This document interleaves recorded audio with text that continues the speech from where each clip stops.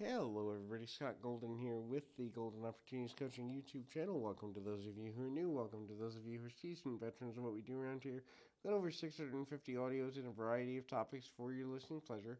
Hope that you are doing well no matter where you are in the world right now. And if you're looking for coaching, life, business, relationship, whatever have you, would love to be of service to you when the opportunity presents itself. Feel free to reach out on Twitter at PO Perception. Feel free to reach out in the About Me section of this page if you're looking for ways to strengthen your mind and your viewpoints on getting more out of your life. This is a great way to do that. Would love to be of assistance to you. Today we're going to talk about how to strengthen your brain.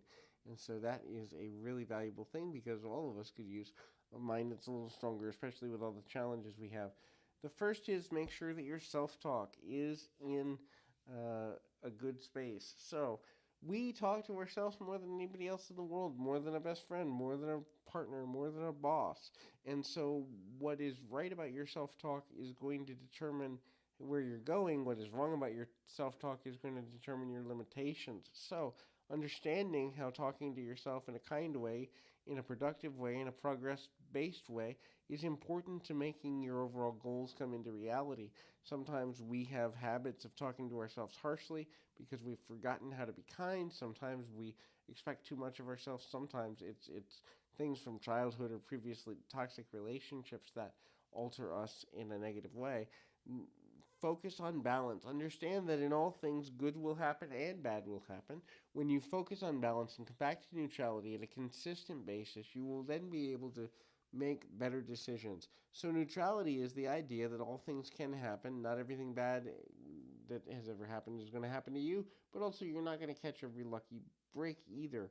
When you are focused on neutrality as a way to deal with life, ultimately you will then be able to reset yourself when you need to on an emotional level, which will give you more power in the long run. When you're only focused on the positive and something negative happens, you're unprepared. When you're only focused on the negative, it's harder to get to places of positivity, and that becomes really difficult in a number of ways, in a number of aspects, when you reach those goals in a deeper manner. And so hopefully it's helpful to look at that from the place of balance. The next thing to consider when you need a stronger brain is to accept that obstacles are there and also have a better relationship with your own powers of resiliency. The powers of resiliency are about being able to understand the value of how you see your relationship to change and your relationship to hardship.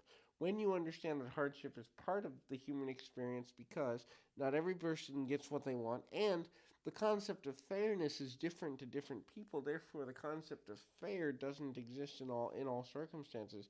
Sometimes things aren't fair based on the way we believe they are, or things should be, but they're fair to somebody else because they're getting an advantage we're not getting. So whose version of fair is correct? So it's difficult to see that sometimes obstacles are necessary for longer term events to align, and the understanding that change is one of the few constants in the world outside of death and taxes. So when you have a good relationship with the fact that everything will change, therefore I must enjoy it, if it's a good thing, and endure it if it's a negative thing, and we understand that change is constant and it's happening every moment and every moment and every moment, then we begin to understand that all things keep in motion even when we feel like things are moving too quickly, and we can respond to life as a series of challenges or a series of chances and choices, and that our response determines our outcome more often than anything. Understand that what you give attention or focus to will continue to grow and manifest and spread. So if you're giving attention to negativity or hate or anger or negative emotions, those will continue to grow within you. Similarly, if you give attention to neutrality followed by positivity in small doses, you will get to a place where you're actually happy with the overall outcome of things. The next thing is the power of and consistency of meditation is super valuable. So that doesn't necessarily mean that you are always, praying and focused and in a place where everything is a box of fluffy ducks and you're happy and you're healthy and you're good.